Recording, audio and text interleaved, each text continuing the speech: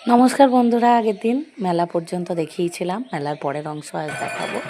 আর এই পুরো বিষয়ের উপর আমার বড় ব্লগ আছে, চাইলেই চ্যানেলে গিয়ে দেখে নিতে পারো।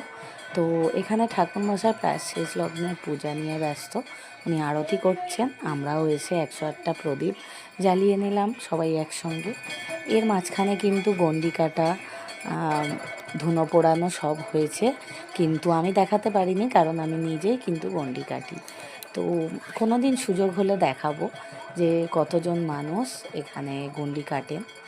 ঠাকুরমশাই এখানে আরতির শেষ লগ্নে, এরপরে শুরু হয়েছে হোমটা এবারে ভালো করে দেখাতে পারিনি, সামনে এত লোক ছিল আর আমি পেছন থেকে ভিডিও করছিলাম। তো যাই হোক, যেটুকুনি পেরেছি দেখিয়েছি। তারপরে আমরা পুষ্পাঞ্জলি দিয়ে নিচ্ছি, এখন প্রায় ভোর হয়ে এসছে। হ্যাঁ, এখনও কিন্তু অনেক ভক্তরা, দর্শনার্থীরা রয়েছে যারা পুষ্পাঞ্জলি দিচ্ছে। আমার দেখো দুদিকেই আছে, আমি পুষ্পাঞ্জলি দিতে দিতেই ভিডিওটা করেছি। তো শেষ লগ্নের পূজা ঠাকুরমশাই করে নিচ্ছেন, হরিলুট হবে বিসর্জনের পর। তো বিসর্জন আর দেখাতে পারলাম না, কারণ উপোস করে আমি খুবই টায়ার্ড। মাকে শেষবারের মতো দর্শন করে আমিও বিদায় নিলাম, টাটা।